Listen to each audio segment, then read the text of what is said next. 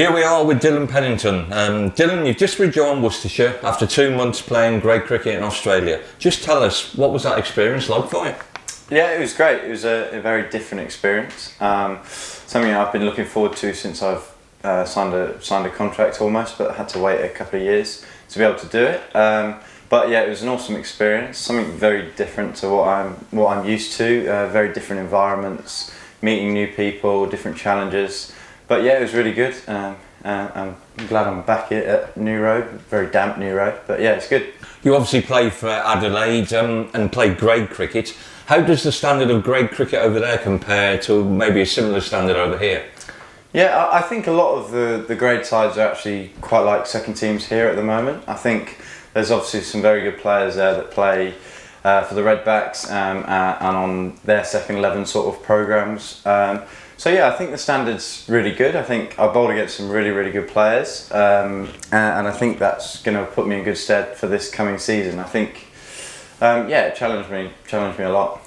As the overseas sort of player, is there that extra responsibility to make an impression? Yeah, I think I was a bit nervous about that. As it went on, it was quite and ahhing if I'm going to go to Australia. But so I didn't really think about it until actually I decided I was going to go for 100%. And then it dawned on me. I was nervous and I wanted to perform well. As much as the guys here were very relaxed about how it goes, and I still have obviously that belief where I wanted to do well and help the guys out there.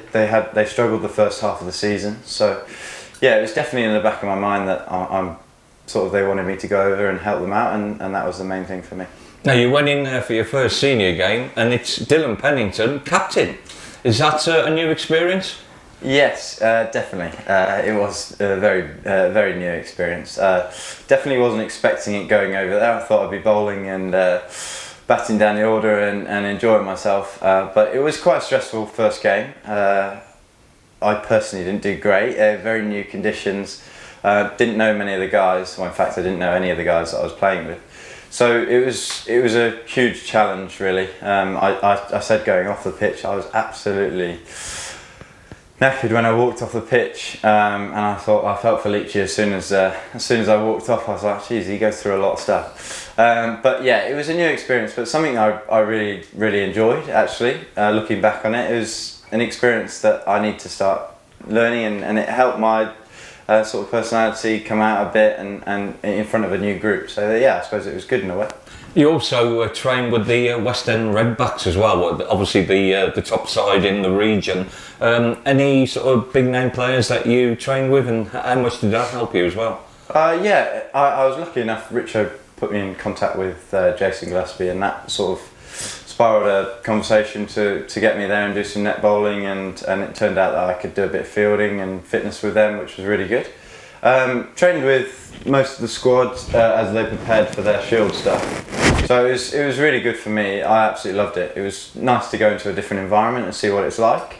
I did find it quite a bit of a challenge, getting myself in that group and stuff, but I enjoyed the challenge of being able to bowl at that calibre of player as practice almost for coming over here and playing against our guys.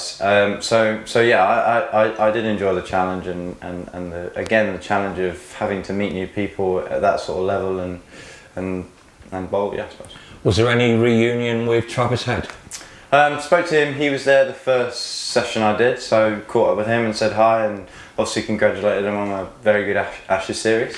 But so yeah, it was nice to see him and watch him go about his training and see him prepare for, I suppose, the next couple of series that he's got now. Did you get much of an opportunity to speak to Jason Gillespie, obviously an Australian legend?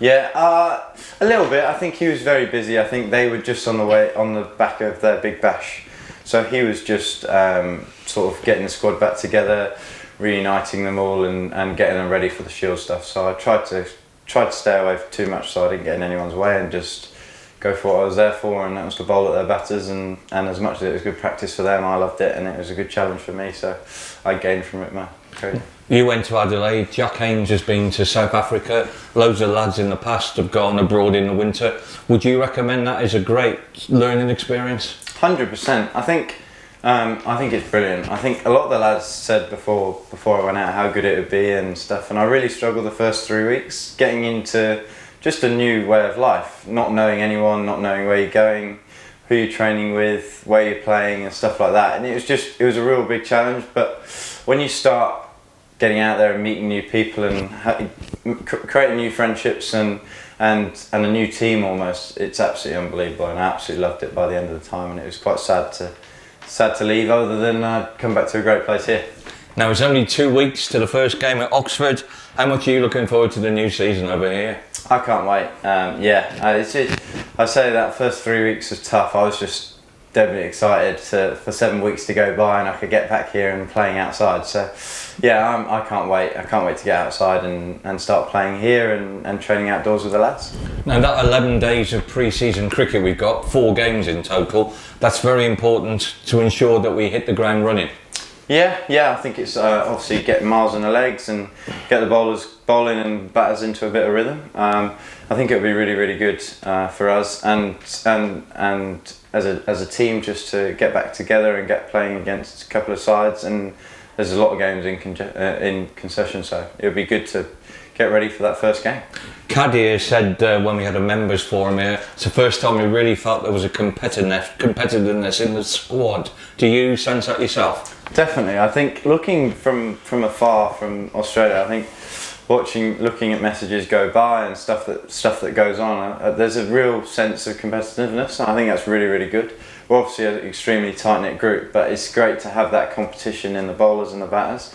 I think as that first game comes around, there could be anyone could play that first game, and that's a brilliant place to be as a side, especially keeping that tightness as a group. Especially, and then it allows people to be able to go and perform in pre-season and put their name in the hat for that first game. So it's excitement, I suppose. You signed a new contract in the winter, Dillon. What are you hoping to achieve, and what are the team hoping to achieve during these next 2 years? I think as a team, I just think we just need to keep evolving and keep getting better, and I think that looks really good. We've signed some new players, obviously Azhar Ali. I think it'd be really exciting the next 2 years of trying to compete in all the formats. I think in Red Bull we just need to compete for longer, and we're going to be a real good side this year, I hope. And in T20s, hopefully just keep fighting to get back to finals day, and keep working towards that. And on a personal level, just like I talk about before in interviews and stuff, just trying to be consistent as much as I can for this club, and perform week in, week out, and not perform 1 week and then not the other. It's trying to string those performances together. I think that's probably my main aim this year, is just to keep working at that. Now, you were 23 last month, one of the old men of the squad now. Mm-hmm. Do you feel it's the right time for you to kick on with the next phase of your career? Yeah, I think so. I think the club have given me a lot in the last few years, and in the 5 years that I've played here, or 4 years, I can't remember. And I think it's time I start to repay them in stringing those performances together and helping the club out. It's happened in patches, I think. I think I've shown some sort of potential, but I think stop being the young guy at some point, and you've got to start performing week in, week out. And that's my main aim, is to try and cement myself in the team as much as I can, and then just start performing for the club as much as I can consistently. Now, you always make it an objective of yours to try and speak to some of the best players around if you get the opportunity. I know you had a long chat with Stuart Broad. Just tell us a bit about that. Yeah, well, it's just good to speak to those sort of players, just learn off them and see what they do in their practice and how they go about taking wickets. I think for the first few years, and I still am, but it's first class cricket is so hard, and I find it real tough to obviously take wickets, and it's just good to learn off different guys and try and find snippets that they use to get them through the game and get them through the challenges that it creates. So it's just trying to have this portfolio of knowledge from different players and learn off them as much as you can to try and help your game out, and hopefully you take those bits of snippets and one bit fits and you can take it on into your next game. You had some outstanding moments last year. You took your first fifer against Derbyshire down here at New Road. How important was it for you to get that first fifer under the belt?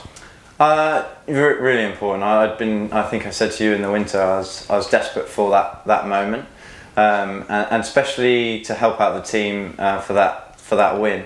And it was nice I think, to repay mum and dad a little bit with more wickets than 2 or so. So yeah, it was just a nice moment, and I'm glad obviously it helped the team out for a win.